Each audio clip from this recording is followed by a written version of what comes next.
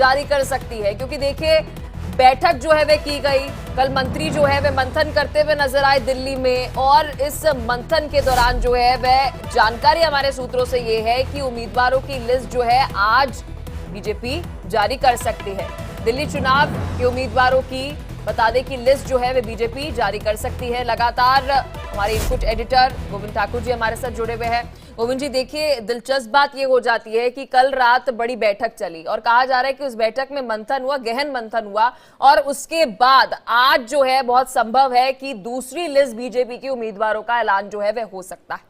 बिल्कुल देखिए, जिस तरह से अब ये कैंपेन शुरू हो चुका है, अब इस अगर देखें तो बीजेपी की तरफ से अभी तक लिस्ट जारी हो जानी चाहिए थी पहले ही, लेकिन बहुत देर हो चुकी है। इसलिए जो कल सीईसी की बैठक हुई थी, जब प्रधानमंत्री ने भी कही थी बात कि हमें अब और जोर लगाने की जरूरत है, तो अब समय आ गया है कि आज हम उम्मीद कर रहे हैं कि किसी भी वक्त ये जो बाकी बचे हुए जो नाम है लिस्ट जारी हो जाएगी और उसके बाद से कैंपेन का जो काम है वो पूरी तरह से शुरू हो जाएगा। तो ये कल रात में लगभग आप कह सकती हैं कि जो जानकारी है उसका पूरी तरह से फाइनल हो चुका है, सिर्फ एक लिस्ट लगाने की बात है और कभी भी आज उम्मीद करते हैं कि शाम तक में वो लिस्ट आ जानी चाहिए। यहाँ गोविंद जी देखिए, अभी ऑफिशियली तो कुछ सामने नहीं आया, लेकिन सूत्र ये भी बता रहे हैं कि 41 उम्मीदवारों के अंदर महिलाओं को बहुत ज्यादा मौका जो है वो देने वाले ये बीजेपी, और संभव ये भी है कि शायद नुपुर शर्मा की एंट्री भी दिल्ली विधानसभा चुनाव में बीजेपी की तरफ से हो सकती है। क्या संभावनाएं लग रही है? बिल्कुल, देखिए लिस्ट में देरी होने की वजह बहुत सारी ऐसी हैं। जिस तरह से आप पिछले दिनों देख सकते हैं कि जो मुद्दे उठे थे उस पर सोचते विचारते हुए और कहां से कौन से कैंडिडेट खड़े हैं जिसको कि हम उसको फाइट दे सकते हैं। नुपुर शर्मा की जहां तक बात है, उन पर काफी दिनों से वो उनको अलग रखा गया था, लेकिन फिर से इस चुनाव में आगे किया गया है, तो उम्मीद कर सकते हैं कि उनको लिस्ट में नाम आप देख सकती हैं, लेकिन अभी पूरी तरह से कहा नहीं जा सकता। लेकिन गोविंद जी, हमने इस बार जो पहली लिस्ट के अंदर देखा वो ये देखा कि बड़े चेहरों को बीजेपी ने इस बार जो है मौका दिया है। जब मुझे याद है कि लोकसभा चुनाव थे, उस दौरान उम्मीद जताई जा रही थी कि इन उम्मीदवारों को लोकसभा से शायद टिकट मिल सकती है, लेकिन यहाँ पर विधानसभा के अंदर उन नेताओं को उतारा गया। मीनाक्षी लेखी का भी नाम सामने आ रहा है, क्या लगता है कि उनको भी टिकट मिल सकती है? देखिए, इस बार की जो विधानसभा के चुनाव है, 2 बार लगातार हारने के बाद बीजेपी नहीं चाहती कि इस बार भी विधानसभा हम हार हो, जिस कारण से अपने सारे बड़े नेताओं को उन्होंने उतारा है, उतार रही हैं।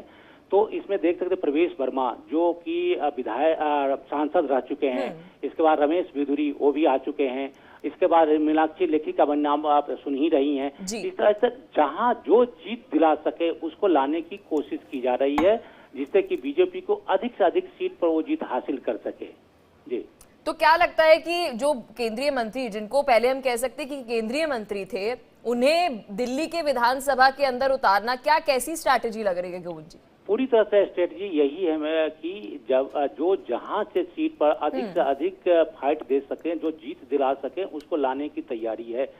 विधानसभा जीतने के बाद या फिर उसके परिणाम आने के बाद जो भी डिसीजन पार्टी की ओर से लिया जाएगा वो माना जाएगा, लेकिन अभी इनकी नजर में सबसे बड़ी बात यही है कि हमें किसी तरह से दिल्ली विधानसभा को जीतना है, चाहे जितने बड़े नाम को लाना पड़े, चाहे वो केंद्र के राजनीति करते हो या फिर राज्य की राजनीति में इन्वॉल्व हो, उससे कोई मायने नहीं रखता है।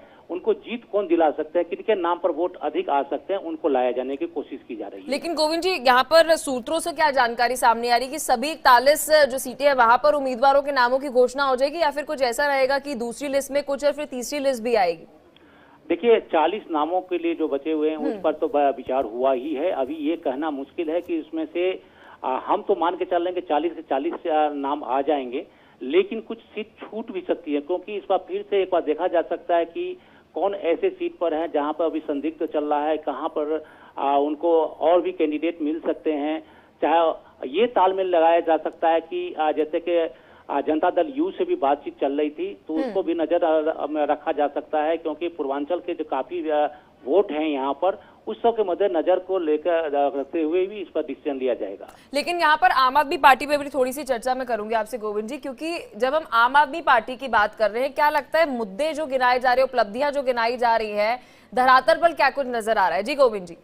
देखिए, आम आदमी पार्टी की ओर से जो काम किए गए हैं और जनता के बीच में है और जनता उसको बड़ी नजर से देख रही है, और जो पिछले जो आप जो चुनाव देख सकती हैं कि जो 3 चुनाव हुए उसमें जो उनकी जीत बड़ी हुई है, अभी भी 63 सीट पर वो जीत हासिल करते हैं। इसका कहीं न कहीं उसका परिणाम तो है सामने में, जो आम आदमी पार्टी ने जिस तरह से जीत हासिल की है। तो इस बार भी जो विधानसभा के चुनाव होने जा रहे हैं, अपने काम वो गिना रहे हैं और जनता उनको इस नजर से देख रही है। ये तो विधानसभा चुनाव के परिणाम के रूप में दिखा बहुत सकता है। शुक्रिया गोविंद जी, विस्तार से आपने इस खबर पर पूरी जानकारी साझा की, पूरा एनालिसिस दर्शकों को दिया। चलिए दिल्ली से ही एक और बड़ी खबर का रुख कर लेते हैं। दिल्ली चुनाव में झुग्गी बस्तियों पर बीजेपी का फोकस नजर आ रहा है। 3000 झुग्गी झोपड़ियों के प्रधानों से गृह मंत्री अमित शाह मिलेंगे, ये बड़ी खबर है। गृह मंत्री अमित शाह, आपको बता दें, आज चुनाव को लेकर एक महत्वपूर्ण बैठक भी करते हुए नजर आएंगे। ये बड़ी खबर आपको दिल्ली से बता रहे हैं, क्योंकि देखिए दिल्ली का चुनाव इस वक्त दिलचस्प हो गया है, क्योंकि एक तरफ हम देख रहे हैं पोस्टर वॉर, वीडियो वॉर, तो वहीं दूसरी ओर आपको बता दें कि गृह मंत्री अमित शाह जो है आज झुग्गी बस्तियों के प्रधानों से मुलाकात करेंगे। तो लाल किले न्यूज बुलेटिन में इतना।